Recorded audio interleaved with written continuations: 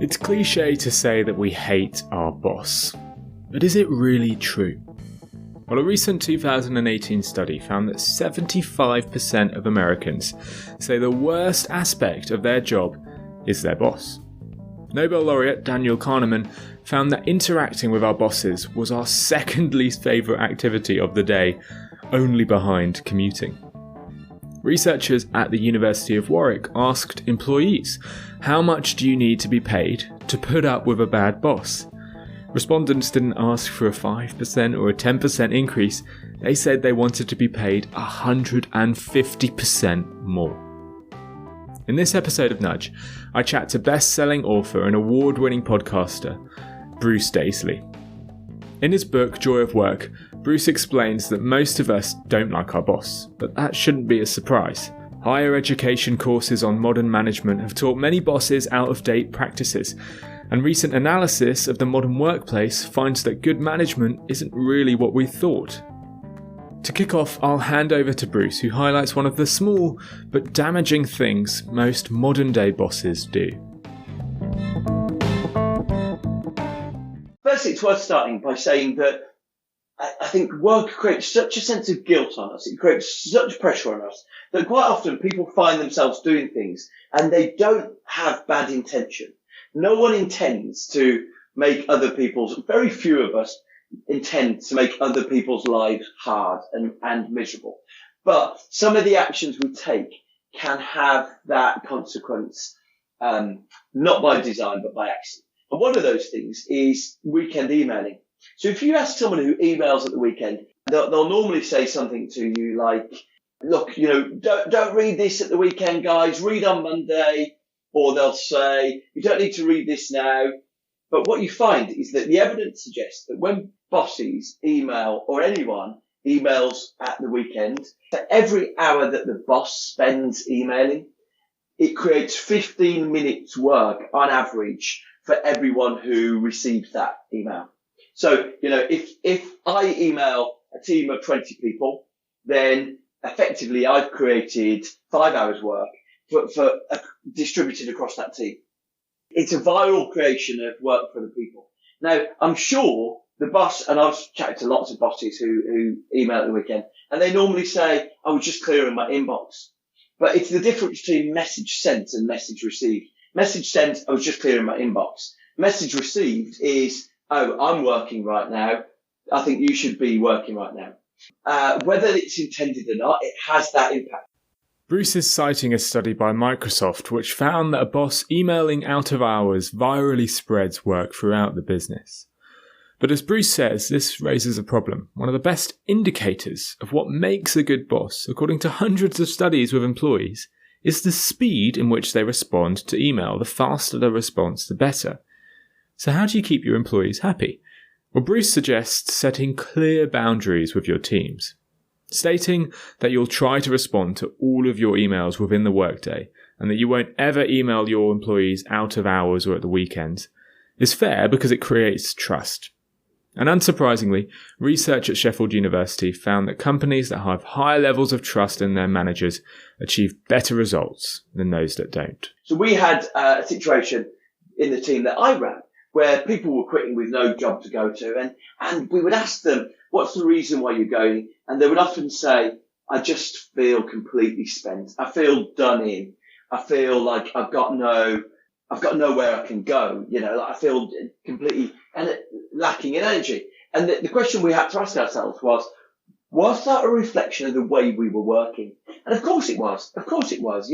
If someone is delighted the day they get a job and then they find themselves 2 or 3 years later saying, I can't do this anymore, then it has to be a reflection of the way you're working. We were forced to ask ourselves the question, was there simple actions that we could take that would make work more sustainable? And look, here's the challenge, that a lot of us, the archetypes of work that we create are deliberately unsustainable. The way we work at college is that, college terms are 10 weeks long, where by the end of it, you're working to some hectic deadline where you're working late into the night, you pull an all-nighter. And so it creates this model of work, which is, okay, it seems to accelerate.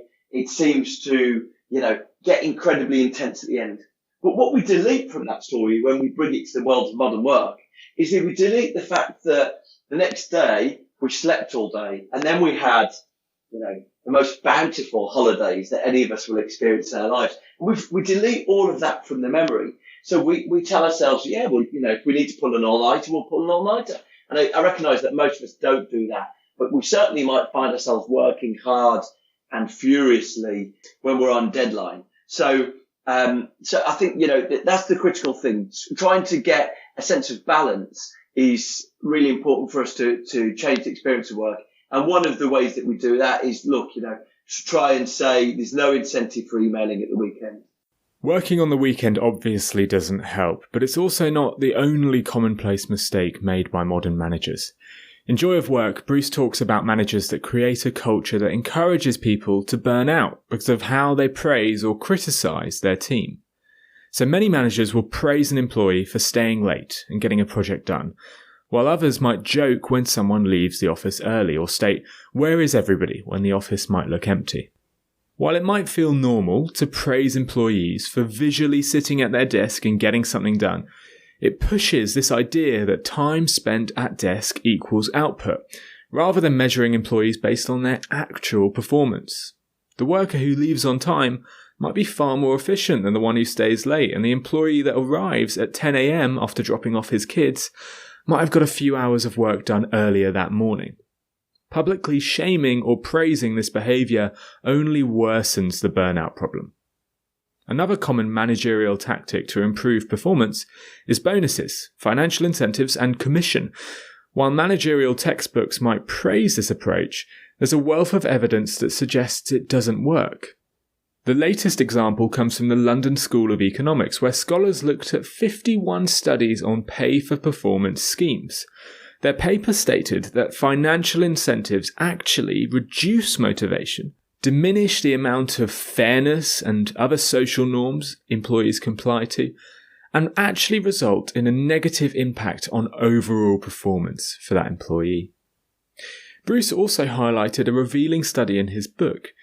Researchers found that when children were offered a cash prize to create art, the quality and creativity of that art decreased compared to when no reward was offered.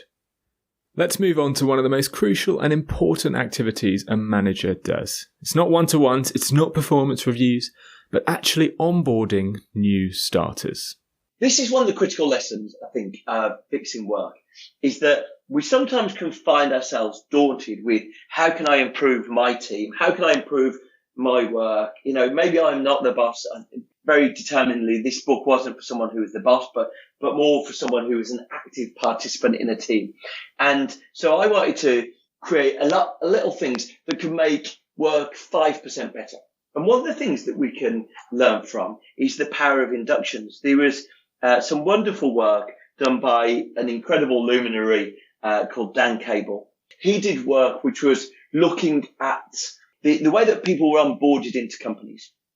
And he went to work with a company called Wipro, who was sort of an Indian technology company.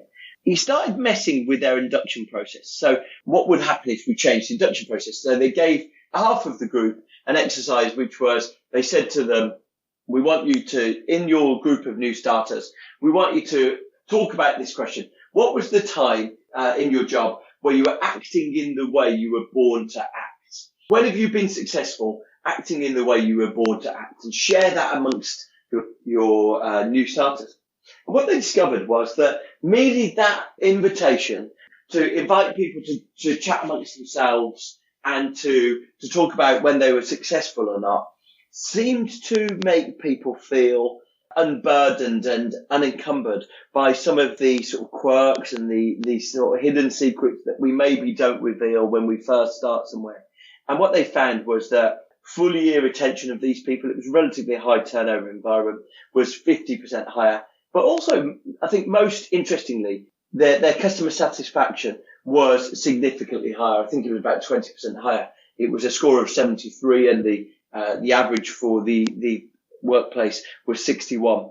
Effectively, by allowing people to feel like that they could bring their full selves to work, is sometimes the jargon used for this, it seems to be unlocking a better experience of work for them. Simply by asking new starters to talk about their past achievements during their induction decreased the likelihood of turnover by 32%. It's a tiny change, but it led to a better cohesion in the team and better quality of work and ultimately a higher customer satisfaction rate. Clearly, the power of a good induction can't be overlooked. What Bruce makes clear in his book is that a team that collaborates well is more likely to be successful, and a good induction makes this easier. A really simple way to do this is to just build longer lunch tables. One study found that that was the most effective way at improving work productivity. But most bosses just aren't good at this. 75% of Americans say the worst aspect of their job is their boss, and this is a serious problem. One Swedish study found that a bad boss can lead to a 60% increase in heart risk. So how can we assess the impact of our bosses and discover what actually makes a good boss? There's a strange thing when it comes to assessing the impact of bosses. Nothing has more impact on our experience of work than bosses. A friend of mine, Professor Sir Cary Cooper, he often describes it as the line manager lottery. He says, people generally resign from a bad boss rather than a bad company. Two teams sitting next to each other can have completely different workplace engagement scores simply based on their manager. So it seems to have a massive impact on our experience. But the one thing that we know that if you can't be a good boss, then being a good supportive colleague is the next best thing.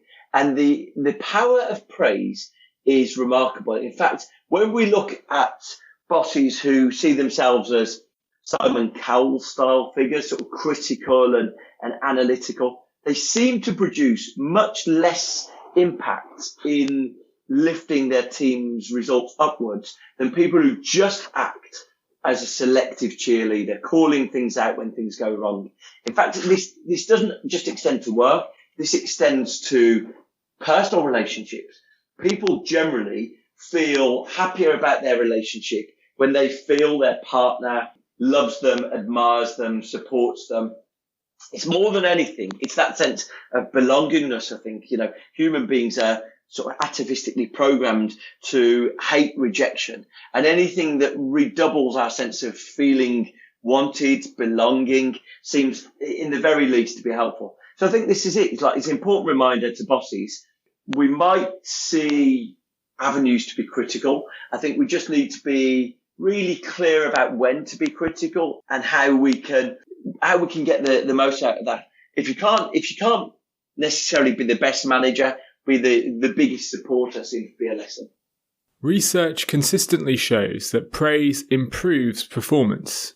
Studies find that managers that only praise create better performing employees, even if they fail to highlight clear flaws in the employee's performance. A study in the US and in Spain found that managers who communicated motivationally were more effective than those that offered financial rewards. In contrast, pure negative feedback left teams confused, disengaged, and more likely to quit, according to a 2015 Harvard Business Review paper.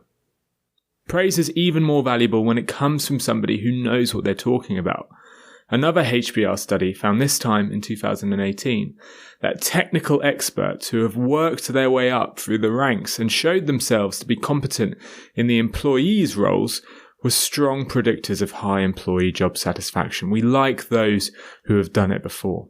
So mastering tech, software, processes and functions of an employee's job is a key trait of a successful manager. Now you could summarize all of this by saying being nice makes you a good manager.